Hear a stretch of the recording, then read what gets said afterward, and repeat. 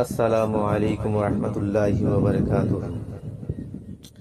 দুই কাঁধেতে চেপে আছেন হোসেন হাসান, ধীরে ধীরে চলে নবীর গাহার ময়দান, ধীরে ধীরে চলে নবীর গাহার ময়দান।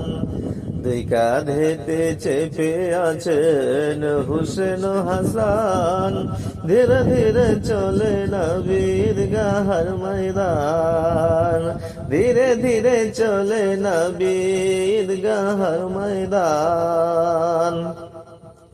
কাল সকালে ঈদের নামাজ পড়ব মা জননী, এখনো কি নতুন পোশাক কিনা মোদের হয়নি।